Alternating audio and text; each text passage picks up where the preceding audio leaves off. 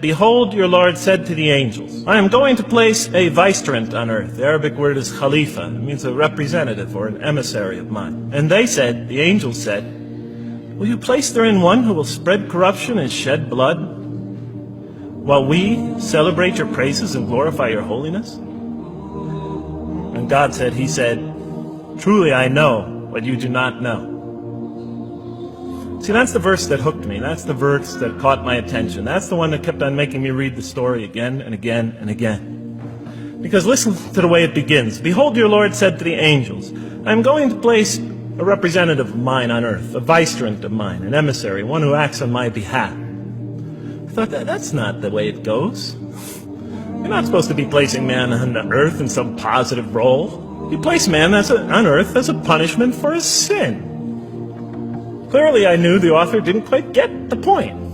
But still, it was an amazing line. But then I come to the next line, and it says, and the angels say, will you place therein one who will spread corruption and shed blood, while we celebrate your praises and glorify you? I looked at it again. I couldn't believe the question. I looked at that and I said, exactly.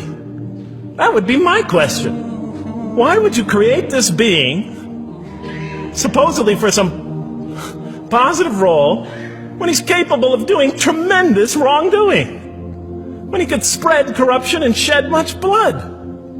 Why would you create this violent and pernicious creature when you could create angels? As the angels clearly say, well, we, the angels, celebrate your praises and glorify you. They're asking one of the most fundamental questions in the entire history of religion. Why create you, man, this utterly fallible creature, this creature who could rebel against God's will, who could do such tremendous wrongdoing, who could wreak havoc like no other creature on earth, when you can make them angels? That whole question, everything that I ever thought, everything that I ever experienced, everything that I ever knew was in that question. It was as if the author took my life and wanted to pick out exactly the right question to humiliate me, to provoke me, to anger me. Why create man, this most destructive and violent creature, when you could make them angels? And then look at the answer. And he said, God said, truly I know what you do not know. You know, in modern parlance, we would say, I know exactly what I'm doing. I read that and said, what? You know what you do not know? You know exactly what you're doing? Well, please inform me. Tell me what you're doing. You can't just get off that easy. You can't just tell me you know exactly what you're doing. Not after what I've been through. Not after you made me this way. And then I realized, of course, I was arguing with a God I didn't even believe in. And that would happen several times as I read through the Quran. And sometimes I would just get into so agitated by what I read, I'd start arguing with this voice that I'm reading before me, that's calling to me. So we turn to the next verse.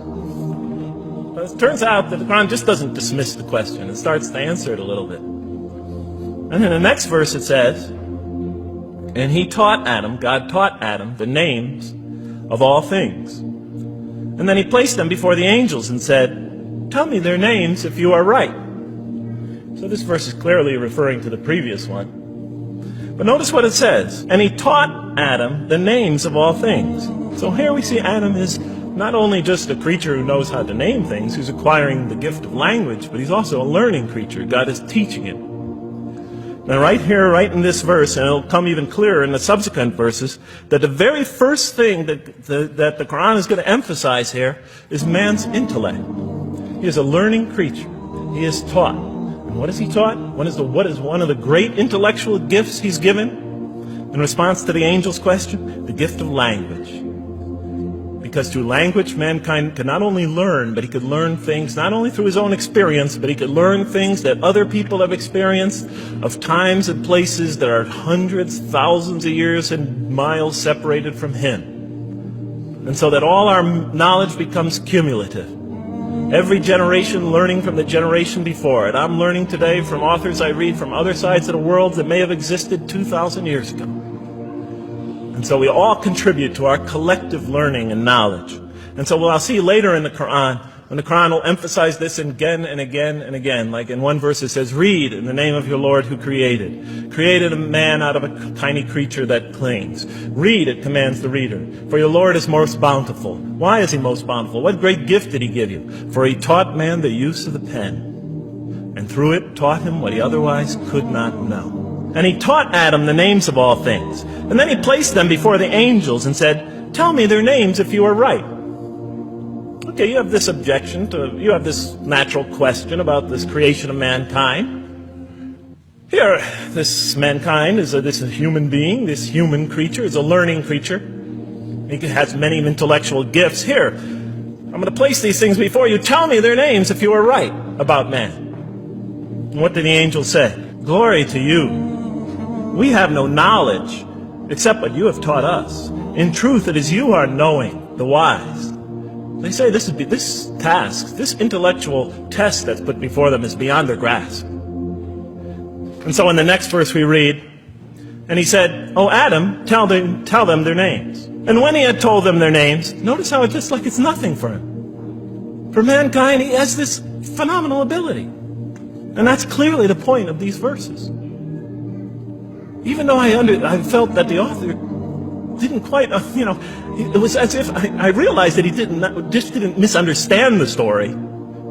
He was taking one of the great stories in the history of humankind, one of the fundamental greatest stories in the history of mankind, and molding it and using it as a vehicle for an entirely original message. And God said, did I not tell you that I know what is unseen in the heavens and the earth? And I know what you reveal and what you conceal? In other words, didn't I tell you I know exactly what I'm doing? I looked at that. What question what did they reveal and what did they conceal? Why are you all looking at me like that? You're starting to scare me. You're all looking very serious. Am I losing you? Wow. Okay. So, they revealed the sinister and evil propensities of man. But what did their question conceal? All you have to do is think about it for a minute. Human beings, yes, they could do evil. Yes, they could do wrong. Yes, they could create misery. But they could also do exactly the opposite. They could choose to do evil. They could choose to do tremendous good. They could choose to do tremendous violence. They could choose to show tremendous compassion. They could choose to live by falsehood. They could choose to live by the greatest truths. So we go on to the next verse. And behold, we said to the angels, bow down to Adam. And they bowed down. But not so Iblis. Iblis is like the father of Satan. He refused and was arrogant. He was of those who reject faith. An interesting statement. And notice why Iblis does not bow down. He refuses because he was arrogant. We often hear what's the root of all evil? In the West, it's always money, greed, etc. Here the Quran says seems to be saying that the root of all evil is not always material wants. It's not always money. It's not always greed. At the heart of evil is arrogance. Putting yourself above all others. Of assigning to yourself special priority and neglecting the rights of others. O Adam, dwell you and your spouse in the garden and eat freely thereof what you wish. But come not near this tree, for you will be among the wrongdoers. Then they make the mistake. But Satan caused them to slip and expelled them from the state in which they were. And we said, go all you down, some of you being enemies of others, will be adversaries of others. Some of you will be adversaries of each other, and on earth will be your dwelling place and provision for a time. Let's go back from where we started. First, mankind is being taught. We see he's an intellectual being. Then we show he's a moral being. Moral being means he's a being that's going to have to make choices. And then God gives him this choice. It's not a huge deal. It's not the gravest sin in the history of humanity by any means. It's minor by any standards. They make it, though.